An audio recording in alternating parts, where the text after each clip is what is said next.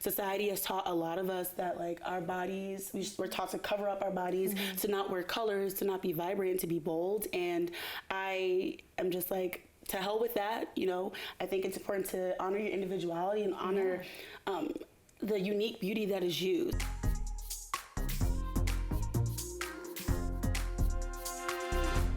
And we're back, and we're so happy to be joined by influencer, doula, actress, and force of nature, Simone Mariposa.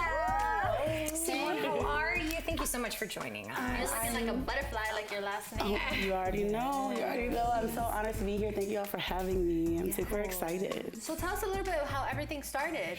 Yeah, so I have been doing influencing for about 6 years. I've been doing my doula work for about a year now, and I also have been acting. I went to a performing arts high school, so I've been acting for a very long time.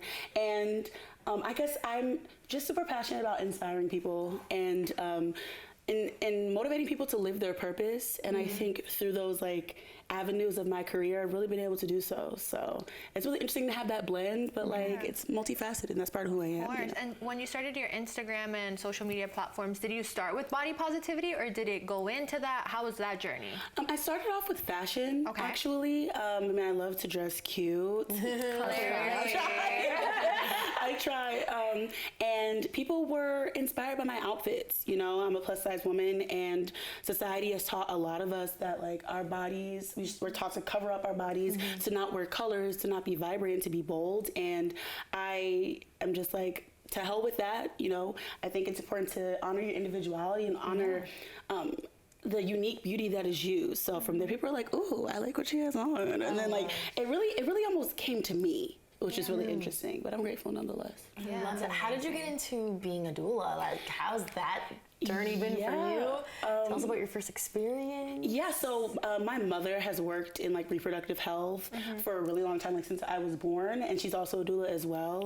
And I've always been super fascinated and excited to learn about like motherhood and pregnancy. And like it's so random, but I was just had to watch like birth videos like for sport. It was just like, okay, this is interesting because it's such a beautiful experience. And then with my passion for like inspiring people, motivating people, I was like, being a doula is that. You're a birth coach. You teach birth education classes, but you also are there for like the birthing person during a very pivotal time. So it's like the mixture of that. I was like, this is what I meant to be, meant to do. And my mom is super supportive as well. So when did you do your first one? My first one was in February, I believe. Oh, wow. I've seen births before, but to actually be like a doula in that moment is a very exciting experience.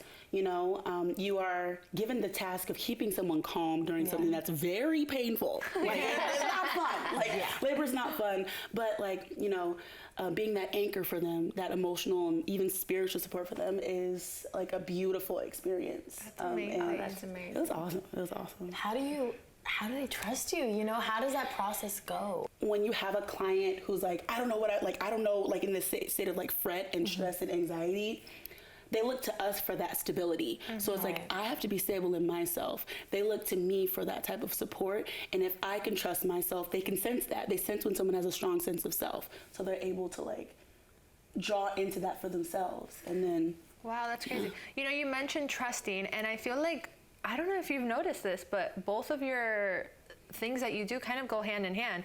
Fashion positivity, being a fashion curve influencer, and being able to be the support there for somebody. They wouldn't trust you unless you trust yourself and you're confident in yourself. So it's like, it's crazy how things do full circle. Have you been able to, work with any brands, or what is your goal with bringing this fashion positivity? Because I think something that is very, like you said, society says, is that when you reach a certain level or a certain weight or a certain size, you're supposed to be boring. Yeah.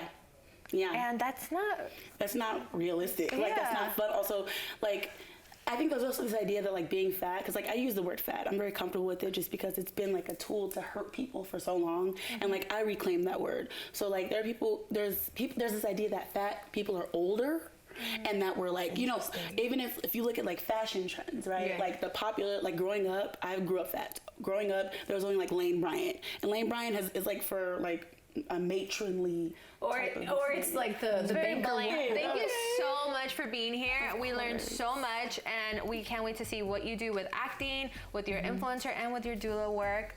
Now, we're gonna have to take a quick break, but when we come back, we'll play a little game to see how much we know about each other. So stay tuned.